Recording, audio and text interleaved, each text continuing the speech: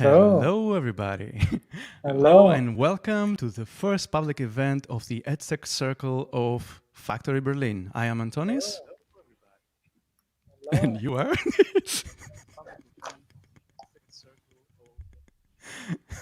Yes.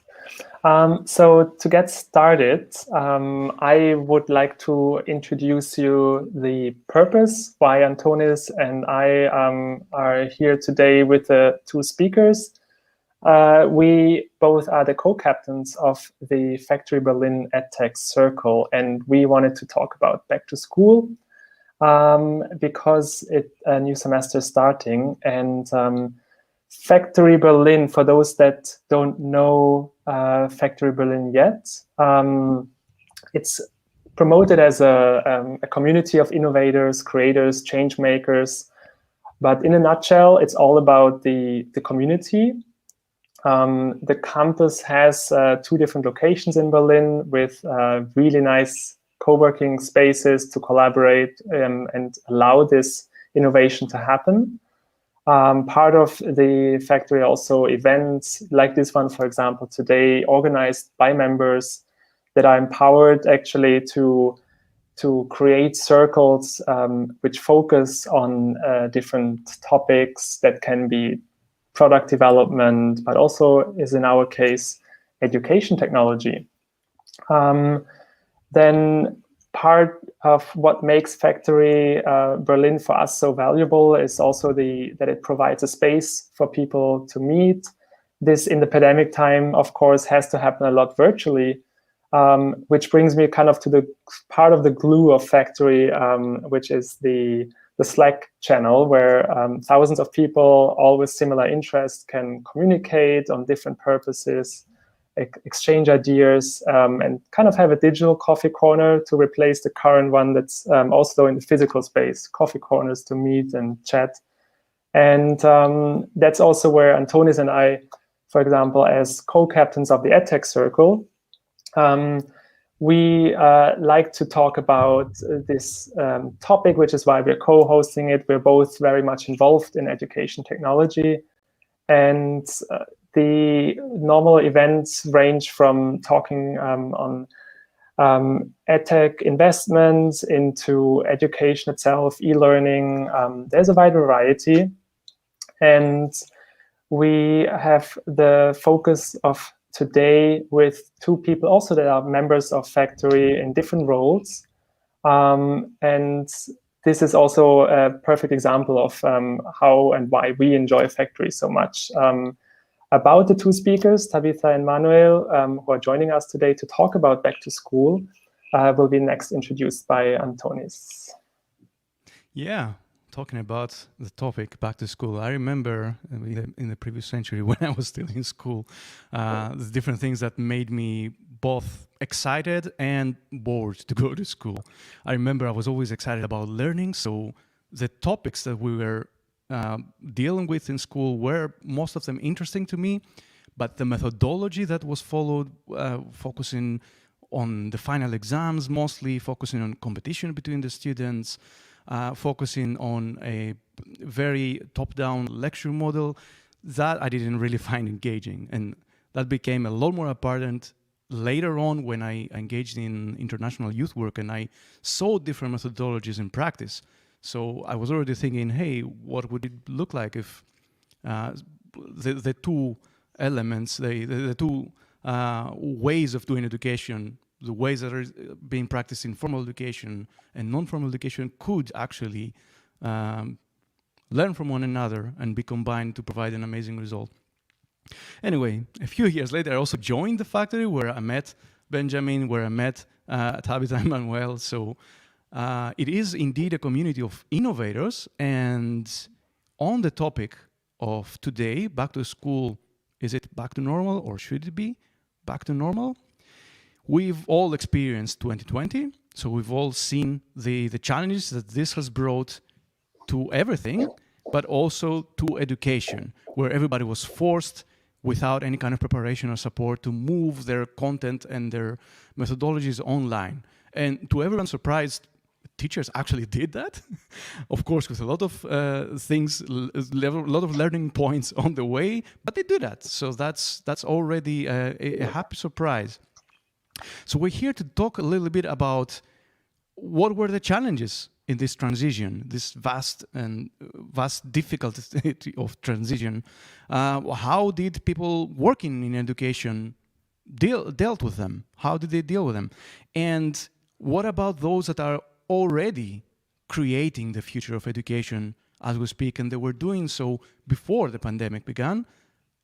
Were they able to deal with the difficulties and the challenges that the different lockdown measures brought, or what can we learn from the whole process? This is why we brought to you Tabitha Schulz and Manuel Durer, each of which is an innovator in their own field. So let's begin with Tabitha. Let me bring Tabitha into the stream. Hello.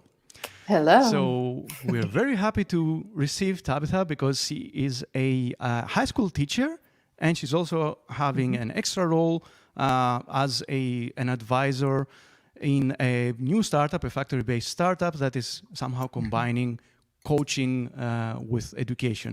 And I will let Tabitha just talk about that for the next 5 minutes. Thank you very much, you two. Okay, so I'm Tabitha, and you know what? I've always wanted to become a teacher. And I know it's not the most sexy job, but I did study for it, and I did work at a high school for almost 2 years. And that was a very, very posh high school. The parents were often the former professors that I had at university. And I must say, I found myself in a really comfortable place to deal with the pandemic. So, of course, we all had somewhat of a rough start and had to adjust to all the changes, but it did actually work out pretty smoothly. We very quickly had an online platform. We went on working online with the kids. The parents, they were very motivated and keen on actually seeing us work with them online. I rather had the challenges that many parents asked me for more work because it wasn't enough for their children. And I saw the kids flourish in this very strange situation. They had the skills, they had the support to deal with these challenges. Well, I then actually decided to leave this comfortable world. And I came to Berlin and I started working at a primary school. Now, it wasn't just a primary school. It was also one with a very bad reputation in a socially disadvantaged area. And fun fact, it's only about 2K away from the factory, but it seems like a very different world. And honestly, it was a great shock for me to see the state of education there. So I suddenly had parents that hardly spoke any German. And there were only 3 families in my class that were not on welfare. I had to keep out fights during class break instead of discussing Plato. So how did this school deal with the pandemic? And I must say it was very, very differently. It meant that we actually now currently hand out sheets of paper once a week to the kids. And that is simply because we do not have the technology. We don't have Wi-Fi, for example. There's a lot of lack. And we basically copy paper and hand it out. And this is also due to the challenge that we often have kids from challenging backgrounds where there's a lot of violence and where it is a dire need to see them once a week, to check upon them and to see that they're really doing okay. Another thing that was really challenging is that many of these kids and also their parents are not really educated in how to use technology. So even just clicking on a simple link to come into my online class was a real challenge and a difficulty. So as you see, both of these schools dealt with the pandemic very differently. They had their challenges and they dealt with them accordingly. Now, what I do is also to work in a nonprofit. And we are so young that we even just now changed our name into Luma Learning. And we are a young nonprofit that works towards coaching kids and youth from socially marginalized backgrounds.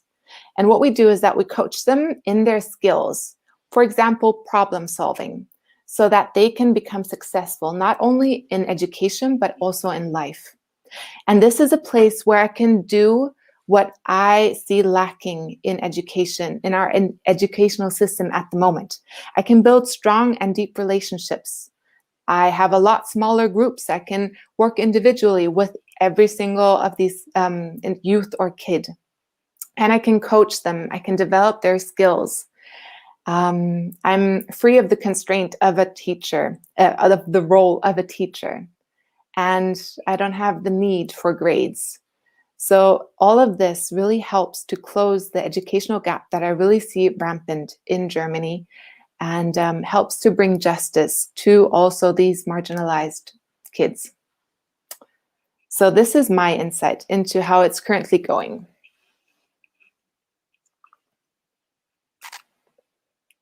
Two lockdowns. Thank you very much for your insights. Two schools. Yeah, very different lockdowns. Yeah, quite an interesting experience. Next up, Manuel. Let me bring Manuel in. Here we go. So Manuel is the founder of Code University, which is a very, very innovative factory-based university providing modern education. I think it's easier to explain this with a 1-minute video. So let's play the video, shall we? Code is a new kind of university, where curiosity leads to collaboration, where creativity embraces technology, where critical thinking is as important as knowledge.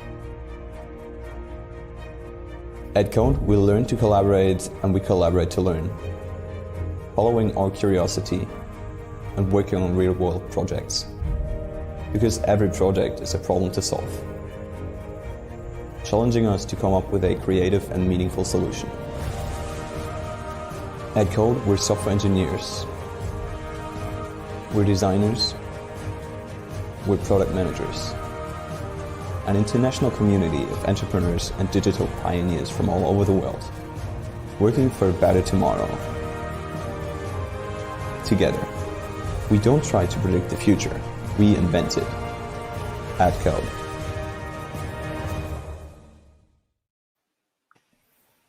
Also some wonderful views from the factory. People visit. All right, Manuel, guide us through what's going on with Code and what has been your experience in the past year. Yeah, thank you for inviting me to this talk and giving me a chance to talk about this. Well, I think it's kind of similar to what Tabitha just described. As a private university that has been focused on digital technologies from the very beginning, I think we were much better prepared than most other universities, at least in Germany, when the pandemic hit. So what we did was basically make sure all of our professors and lecturers had the equipment at home that they needed to actually teach and work with our students online. We already had been working with Zoom. We have our own learning platform. We have been collaborating in remote setups even before the pandemic. So nothing was really new to us. And we very quickly decided to shift the whole thing remotely and also plan for at least to stay remotely for at least a year. And now it turned out to be even longer than a year. So we didn't go back and forth. Our campus has been open ever since, but of course with a lot of restrictions in place, and all the learning is happening online. So the learning and teaching part wasn't the challenge. The challenge was actually that a lot of our students are not from Germany, not from Berlin. So we have a very international community. And that means a lot of our students actually moved to Germany and Berlin to become part of the Code community. And they don't have family. They don't have another social background, social connections apart from Code. And this is what we haven't been able to really reproduce in the remote setup. The ability for people to connect, to stay connected, to support each other as they did as a community when they were all meeting on campus in this amazing factory building behind me on a regular basis. So what happened was that we took much more time to check in with individual students, because we realized those students who are well off because they moved back in with their parents, or they live in a shared flat, or they're just healthy and sound and can deal with the pandemic, they can continue learning. They're sometimes even thriving because the travel back and forth isn't necessary anymore. They can kind of are masters of their own time, and some of them really became much more productive than they were before. But for others, there was so much to deal with that they hardly had any time and energy to focus on learning. And so it became much more important also for our professors and lecturers to check in with the students, to see how they're doing, to find ways to help and support them in whatever situation they were. And luckily enough, we had a mentoring concept in place before that. So every student at Code has a personal mentor. And so there were already some connections, but we had to do much more. And we also became very creative in just trying out things. We had parties via Zoom where someone took over the role of a DJ, played music, and everyone was dancing awkwardly in front of their cameras. We had checkout drinks together. We played silly games just to lighten the mood a little bit and help people connect with each other and feel the support and closeness of the community, apart from learning events and workshops and guild meetings that are usually part of the learning experience. And so this has been the Code experience. And as I said, technically speaking, we were well prepared, but we are still fighting to reproduce this community feeling and this feeling of belongingness in the remote world. So a lot of students are really looking forward to having a chance to get back together on campus, learn from each other. But we can't, so I cannot complain. Code has been, we've been dealing with the pandemic very well so far. The other part of me is I'm a father of 2 kids, 8 and 11 years old. So I also see what's happening in schools. And of course, I talk to a lot of students, a lot of teachers, a lot of representatives, professors from other universities. And I think what we see, the landscape, what's happening in Germany is very different. As Tabitha already explained, comparing the 2 schools, she had a chance to get to know. And there's everything in between probably. And for universities, it goes the same. But there's one thing I just want to quickly mention before we head into the discussion. We still assume that it's normal for students, high school students as well as university students, to kind of be dependent upon the university as an institution to kind of to give them what they need in order to learn, to give them a room to meet in, to give them access to the learning resources, to give them structure so they know what to learn and when to learn it. And I think what we have to consider is, how do we actually prepare our students to deal with these kinds of situations, to deal with an uncertain, unknown future that is full of volatility? So in a way, the pandemic has shown to us what it is that we need to prepare our students for. They should be, in an ideal world, should be ready to organize themselves, to learn from themselves, to use the school and the teachers, of course, as resources, but are not depending on them. And once they don't have a chance to go to school and meet in the classroom, they don't know what they're doing anymore. Of course, this is an ideal world, but it's, I think, important to keep in mind that there's more to education than just helping students learn math and biology and all the stuff that the curriculum has prepared for them. We also have we also have a mission to prepare them for a future that might be full of events like this pandemic. And it shows us that not only the institutions weren't prepared for that, but also that they haven't been doing a good job in preparing their students for something like this. And this is just something I want all of us to keep in mind, that it's not just about, when we talk about getting back to normal, just to reinstate the old state, the old situation where everyone was able to meet in schools and university classrooms and seminar rooms, but that we also have to figure out how to change the system once the pandemic is basically over, so we become better at helping our students be prepared for these kinds of life-changing events.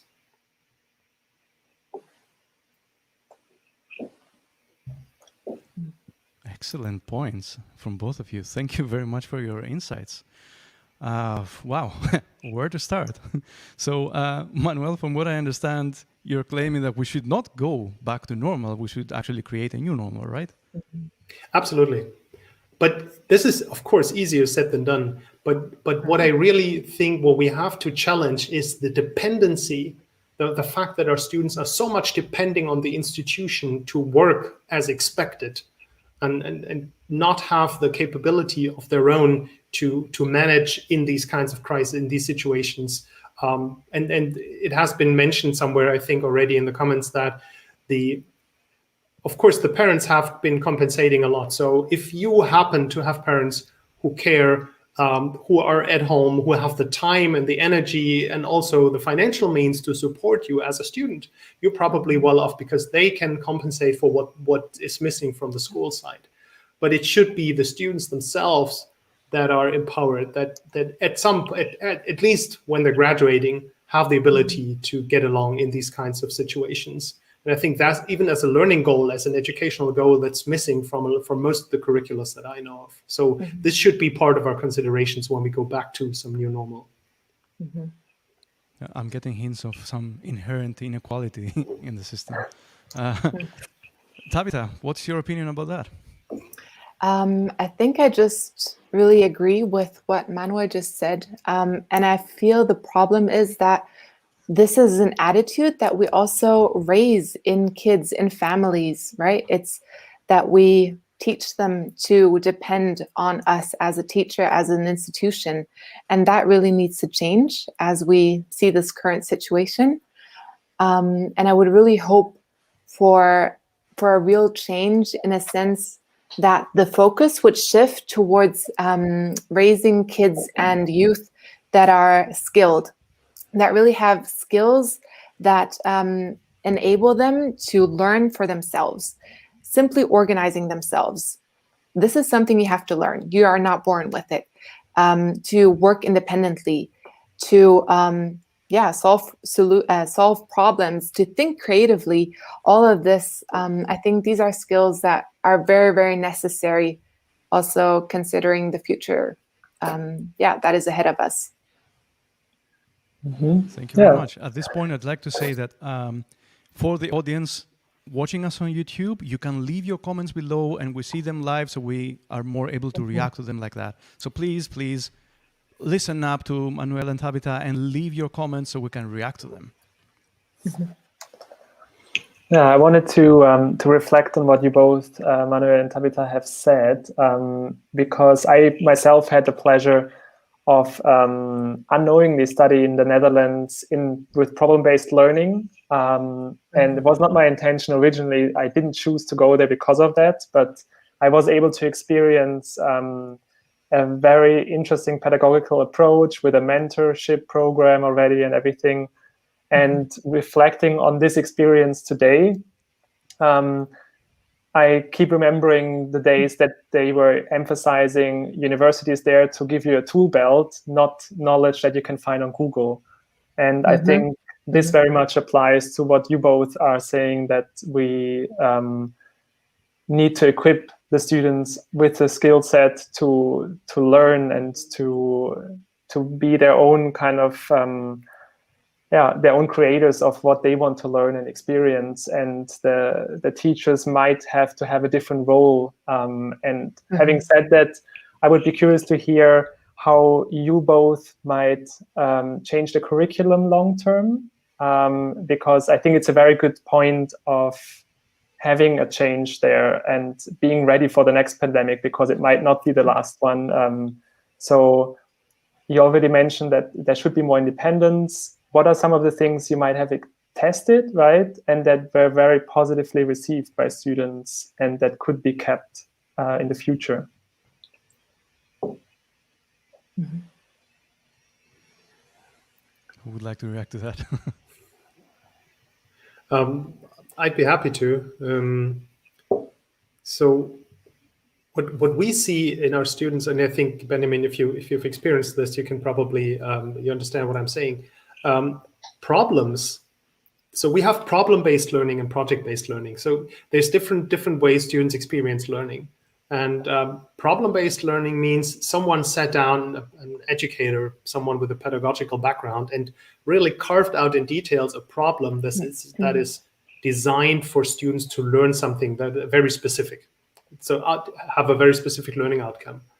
And this is these kinds of problems are different from the real world because these are usually well-defined problems. The real world challenges us with ill-defined problems where it's really hard to even understand the problem, let alone agree on a definition so you and others can start working on a solution.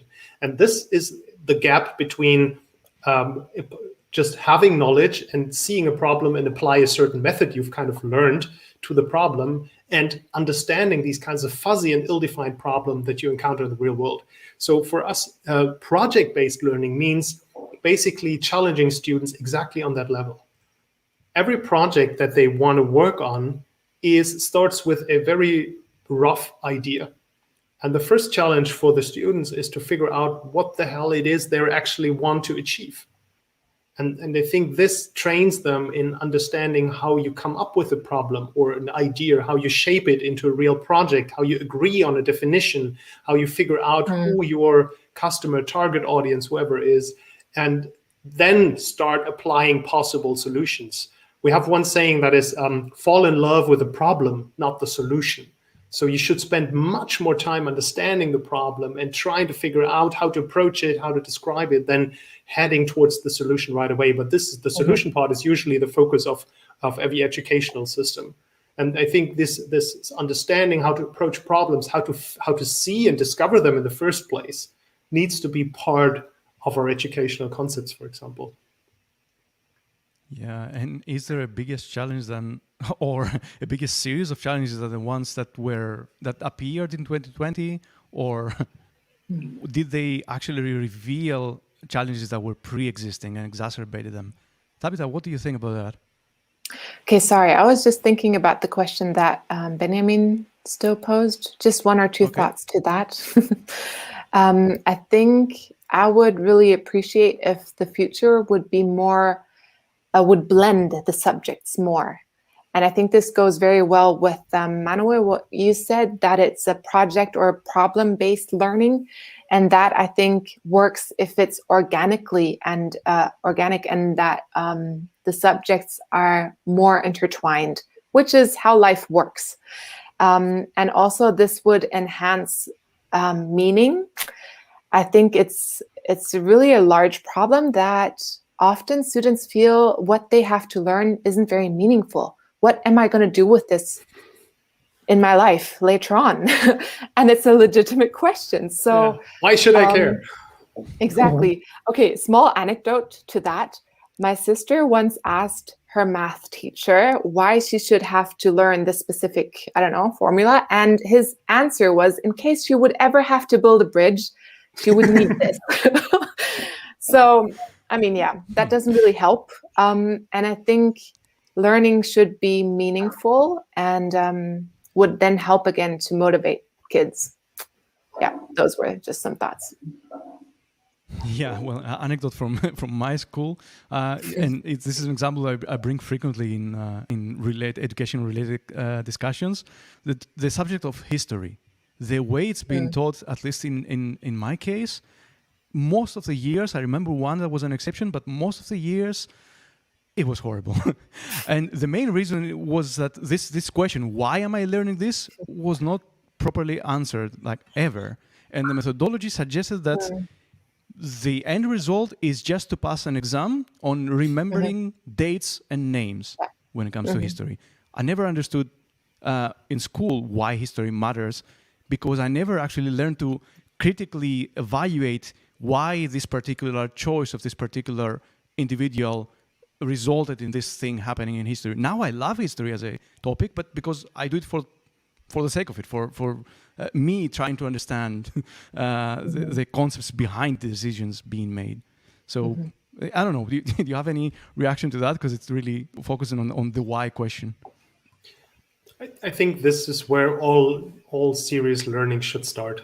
And the funny thing is, this is how we learn everything until we enter primary school. This is how kids learn. This is how kids learn their mother tongue, learn how to read, write, not read and write, but walk and stand and do all the things kids learn. And then all of a sudden, we start putting them in schools where nobody really asks the question, what are you interested in? What are you curious about? It's just, no, now it's math, and now it's a language, and now it's biology. And why should I care is the question that all school children have in the back of their head all the time. And no one really answers the question. That's why we started out trying to implement a curiosity-driven learning approach. It's like we want to start with students being curious about something.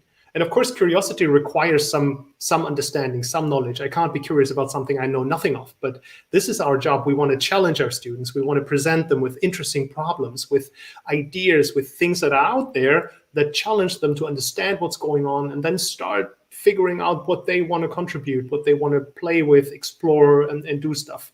And this is, in my mind, what a learning environment should do mainly.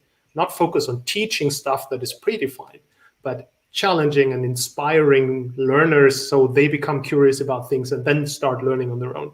And there's enough learning research to show that this kind of learning is even more effective and more lasting, because you mentioned it, Anton, is if you learn for a test, then your brain, which is a very efficient organ, just gets rid of the knowledge once the test is over, because the reason for having that knowledge in your head in the first place is over. So why keep it? Because it just, is not efficient to work that way. Yeah, exactly. I've never met a kid that is not thirsty for knowledge, doesn't ask why this, why that, how does this happen?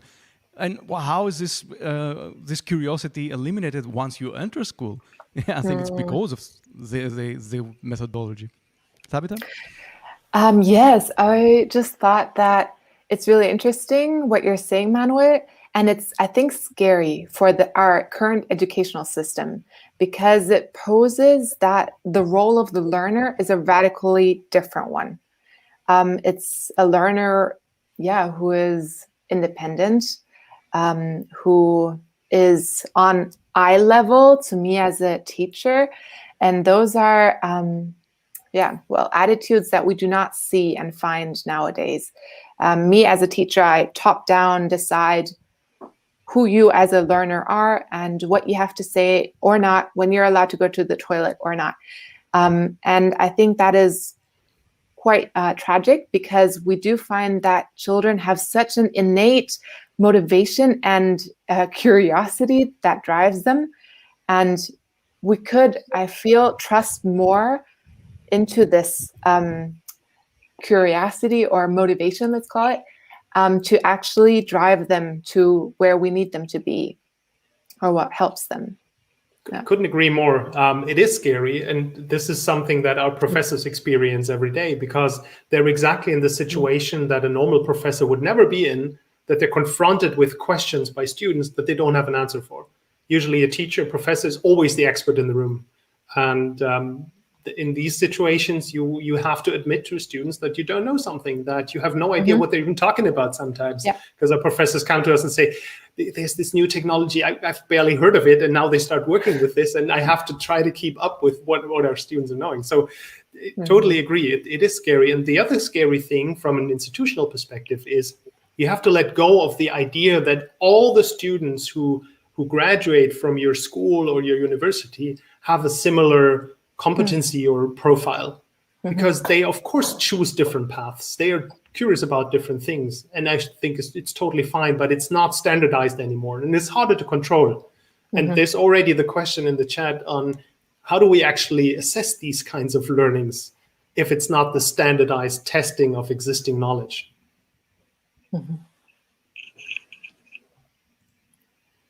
Tabitha, do you have any experience with testing in your setup? How have you executed testing? Like, that was always, I mean, I'm out of school right now, but it was one of my ideas of, the old school setup where you were able to check the neighbor's sheet or something.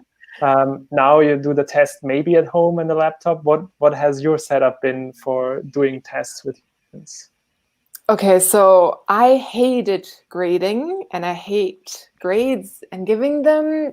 And I think being a teacher and on the other side of this whole thing, has really shown me how random it is. Absolutely. I mean, okay, that's a bit harsh to say, but it often feels very random, at least in the details between the kids. And also, of course, I have to have one set of expectation that applies to all of them. So even if a really bad student has improved on their own terms a lot, I cannot really value that because I have to have this pre-ordered set of expectations. Yes, well, so just to say that I quite struggled with giving grades. I never enjoyed that. And I hated then seeing the disappointed and sad kids once they got their grades, and where I saw that their identity was quite based on that. Yes. So, I mean, currently there at the school where I am, we have other problems. It's not about grading at the moment. And interestingly, though, I do have to give feedback on their behavior. And this is something that I've really enjoyed in comparison to high school. And this also kind of goes into that direction of how can we assess? Instead of how we do it now, assess knowledge. All the testing is always knowledge-based. And instead of doing that, we could rather go into this whole idea of assessing skills and seeing how those develop. And this is what I sometimes also have to do at the primary school at the moment. So how is this kid doing in the area of independently working? How is it doing in relationship to other kids? How diligent is it, etc. So this is something that I feel we could really expand and give a higher importance, because now it's just kind of tucked into the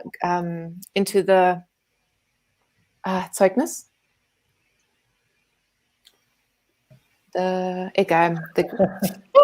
Sorry, I'm missing a word. German speakers in the audience. The grade book. Yeah, the grading book. Yeah, graduation documents. Exactly. No. Sorry. Okay, so at the end of the school year, they get a sheet of paper with a lot of grades. So basically, at this moment, they then get also the sheet with their skill file, but it's not recognized. They don't understand it. It's not valued. And I think we really have the chance to give more value and importance to this and to take it away from the grades. And that would, I feel, help a lot. Mm-hmm. I feel we should go to answering questions from the audience because we have quite a few that are interesting. How about that? Mm-hmm. All right, let's have at it. So one thing that may be relevant now, because we started talking about tests, is, let me find that comment. Here it is, I think. No, I missed it. Here. Here, we have one comment from Caroline saying, do you have any hints about how the education of the future can evaluate the students?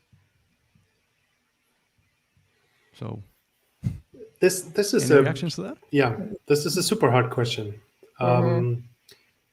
Because all we have in terms of experience is testing to figure out if someone has been learning some sort of content and can reproduce it, or apply some sort of standardized method to solve a standardized problem. These kinds of things that we're looking at, especially if we're not just talking about a skill set, but also about a mindset that we want students to develop. This is much harder because it requires observations on very different levels. It's just, these things can't be just figured out by putting students in a room and then testing them for 15 minutes. You have to have a whole system of observations where different people add their perspective to, in the end, figure out if students have gained some kind of competency.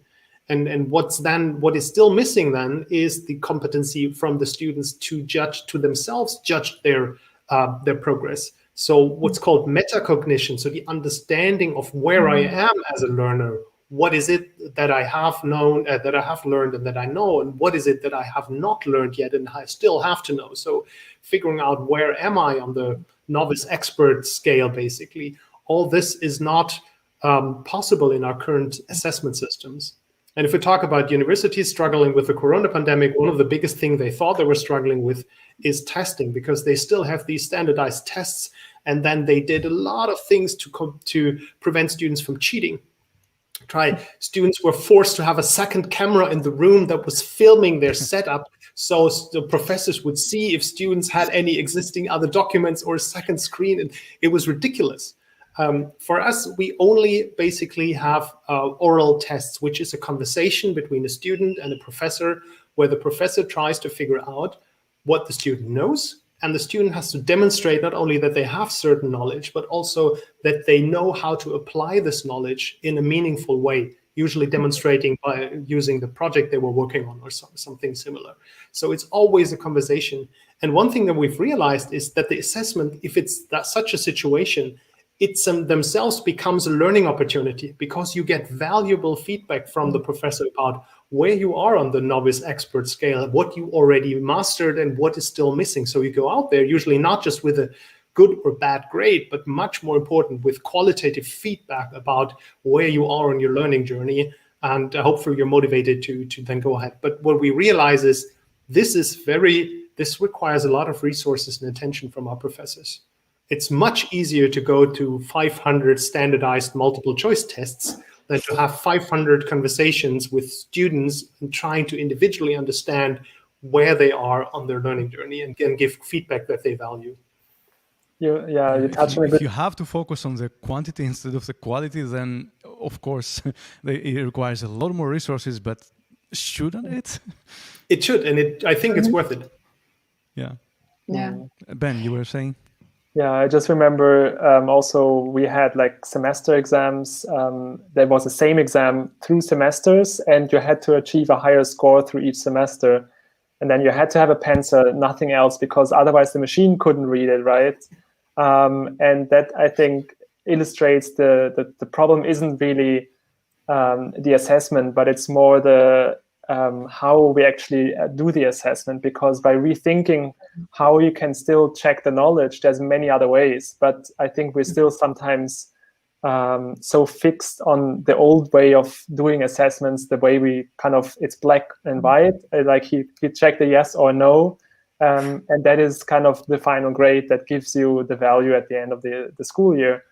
And your point of rethinking and maybe redesigning the way we assess knowledge or progress, or the way students have learned and are able to apply this new knowledge is very, very important to talk about that. Yeah. Tabitha, you started saying something. Yes, thank you. I really like this question. And I feel it quite clearly points out that we can't just change one small thing in the school system and leave the rest the way it is. So as Manuel already said, if you change that, then you have to change so many other factors in this whole thing. And I think one point which I feel is very, very necessary and needed is the more individualistic approach, and really to have a focus on the individual, what their journey is and their development, and to sit down and have a talk with them and assess individually. And I guess that is something that I would really hope for the future of education, that we would manage more to go to where the students are and to pick them up from there and then walk with them, instead of just saying, okay, you have to be here. Yeah, I hear you. Well, let's follow up with that, because there is another related question on whether you've seen a school, from Laura, you've seen a school that does a close to ideal job based on what you described. And I'm putting this question on because it's especially focusing on the primary school, past primary school. So Tabitha, any reaction to that? And then Manuel?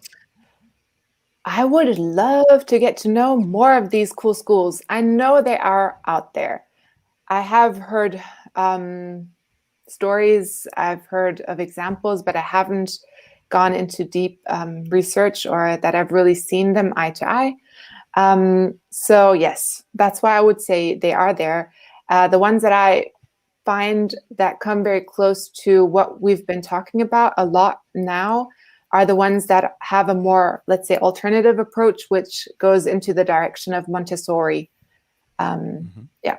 And I guess those are really sprouting in Germany, and with a reason. Yeah, Montessori exists for so many decades. Why are we now remember it? And it's not the only system. I mean, there are so many systems back from 2 centuries ago with Erasmus of Rotterdam. There are many systems that do make sense that we just forgot or pushed to the fringes for whatever reason. Manuel, I would put another question on the screen for you as a continuation of the discussion while you're going on. Yeah, so there's a couple of interesting schools. And if you look at them, if you search for them, there's actually quite a lot of them. But compared to the number of schools we have in Germany, it's still a very small number of schools. But we had one that still exists. We have one in Factory called New School. Very small, I think 12 to 15 students, but they're trying to reproduce this project-based, curiosity-driven approach. There's other schools, of course, Montessori. Unfortunately, I've never really met someone who went to a Montessori school. I've only been reading about the whole concept. And there's also the Waldorf schools, which if you take away the ideological part, also have some very interesting approaches about that. But it's still far few beyond this whole mass of normal and traditional schools that we have. Yeah. Mele asks if you've been in contact with École 42 of France or something similar. Yeah. École 42, France. We've been in touch for years already, because when we started writing concepts for code, we of course were looking for other inspirational educational institutions, and 42 was one of the ones we found and we quickly tried to get in contact with. They're expanding all over the world now, and they're already with 2 schools in Germany. They're establishing a school in Heilbronn and one in Wolfsburg at the moment. So we've looked into their educational approach. What is missing for me is, this is hard to translate, but in German there's a difference between Bildung and Ausbildung. So if you will, a professional education versus a general education that is more focused on your personality and your mentality and maybe even your mindset. And the latter part is missing, I think, at 42. It's very much focused on software engineering. You learn, there's a predetermined path, there's lots of projects going on. But as far as I can see, there's no educational idea on how to support students in their personal development. We actually had code students go there for half a year, and they experienced it as quite the contrast, our community and their values and the way we try to make sure that people as a person with their whole personality are part of the community, and the rather competitive 42 communities where it's just about finishing your projects and advancing on this predefined ladder of increasing challenges. But that's, of course, with painting with very few colors here. Speaking about ladders of increasing challenges, there's another related question to that by my friend Iñaki, who is actually a pioneering teacher in Spain that is using gamification as a methodology to motivate the students more. So do you have any kind of reaction to that, in your opinion? Antonis, do you have any reaction? I have quite a few, but you're the speaker here. I mean, okay, I think as a teacher, my reaction would be, yes, please, it would be great. I love that methodology. I think it's great. On a very practical level, I think it's floating around. It's kind of known, but it's not translated into the classroom, at least not that I have yet picked it up. So I think it would be helpful to do that and to translate it into something that teachers can just take off the rack in case that works with the methodology, I'm not sure, and apply it in their lessons, because that's how I feel yeah, Yeah. it would help. We have 10 minutes to go, and there are a couple of really important topics that I want to go through. So, Manuel, you want to say something? Yeah, just very quickly, because I'm really kind of struggling with the idea of gamification, because basically still it replaces one external motivation. You have to pass the test. With another external motivation, you have to keep up your learning streak, otherwise you don't get kind of a star or something. But it still misses the focus on the intrinsic motivation of those we want to have as active learners in the driver's seat, driving their own learning experience. So it's definitely an improvement just by, if the alternative is threatening people by not passing a test or not getting a degree. But I think it's still not where we actually want to be, that people are learning just out of intrinsic motivation and not just because we've been able to gamify the whole learning experience. Yeah, now I have to react. You see, you leave nothing. Because I'm also very disappointed by most implementations of gamification when all they do is put a simple point system or a badge system, and they think they emulate the psychology of games, which is what really makes a difference. So when you really want to implement gamification, you really need to understand more about how motivation works in order to implement principles and elements that are used in games to keep the people playing based on intrinsic motivation, based on the fact that people want to keep playing or learning or doing the whatever it is that they're doing. However, let's go to the other topic before we run over our time. Tabitha, you already mentioned in your speech about some systemic issues that are revealed by our education. Do you want to get back to that topic? Yes. Okay. So I guess in Germany, it's no secret that this is a problem and that it's obvious. And I guess what I've experienced so far is that this is in part because the system that we have at the moment requires the kids to bring along a lot of skills already once they come to school. Now, this is a nice idea, but there are families that do not have, where the kids do not get these skills before they come into school, where there is not a structured framework in which they can learn, in which they can thrive. So I think this really creates the injustice if basically your educational success depends on the family that you were born in, or maybe even depends on the school that you go to, because the school I'm working at now, it has so much lack in every part. And of course, this hinders the kids in being successful as well. So yeah, these are two factors that I feel should really be eliminated and need to change even post-pandemic once this, But any ideas on the how? Because the problem is there, sure, we see that, but any hints on what we should pay attention to? I've got all solutions. While we're at it, let me elevate that problem with one question from Phoebe Blackburn, asking if we can incorporate any elements of biodiversity, climate change, outdoors learning, maybe to integrate things like that into the classroom. Because this is related to another huge problem that our generation is facing, climate change and how we deal with that. So if schools and education are not preparing us for global issues like a pandemic or climate change, then what's the aim, right? So any reactions to this particular question, or in general, how do you bring global issues into the education, into the classroom? This is exactly the challenge that I meant with comparing traditional learning or even problem-based learning with project-based learning. We have to prepare our students, kids, children to take on challenging problems.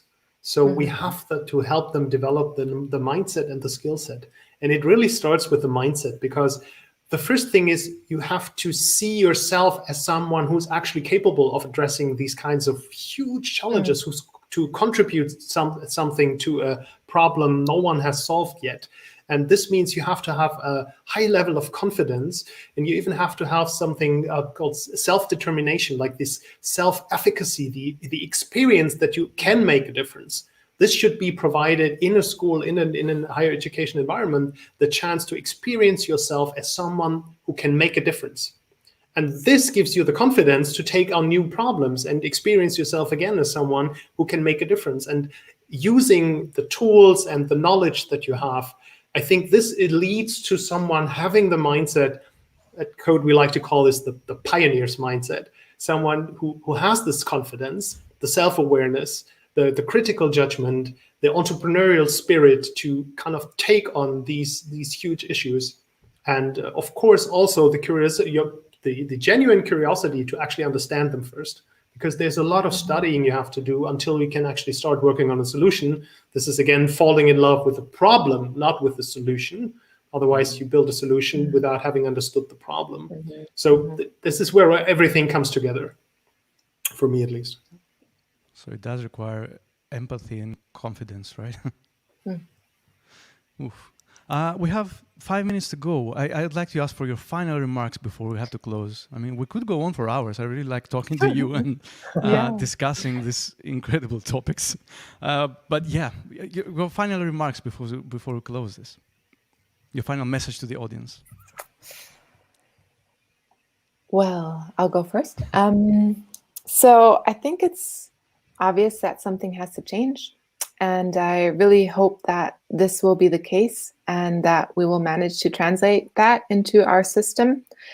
And I personally would love to see that learning how to learn is taken up into school, because I think that would be one way of solving a few problems, really enabling kids to understand how this whole process of learning actually works, and to empower them to do that throughout their whole life.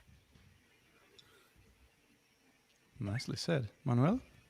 Yeah, I can build on that. That's perfect, because learning how to learn would be one of the aspects of a skill set that students need. And I would add to that communication, collaboration, the leadership and understanding of how to influence other people, how to work with them, how to become a good team member.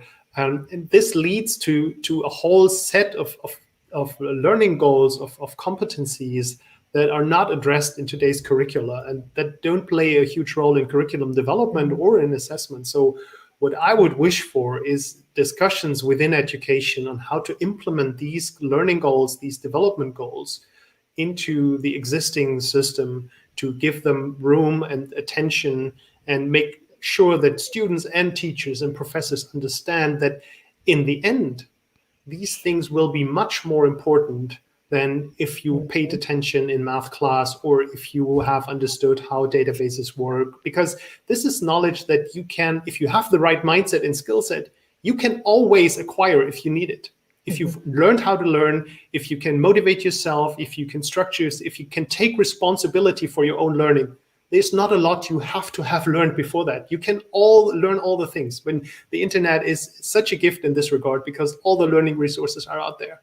So we have to shift the focus away from making people learn subjects and module content towards this, helping them develop a mindset that prepares them for this journey that's ahead of them. Yeah, wonderful message to end on. We need a more holistic approach to education rather than what we have so far. Thank you very, very much, Manuel and Tabitha. It was a pleasure having you. And this was the first public event of the year from the EdTech Circle of Factory Berlin.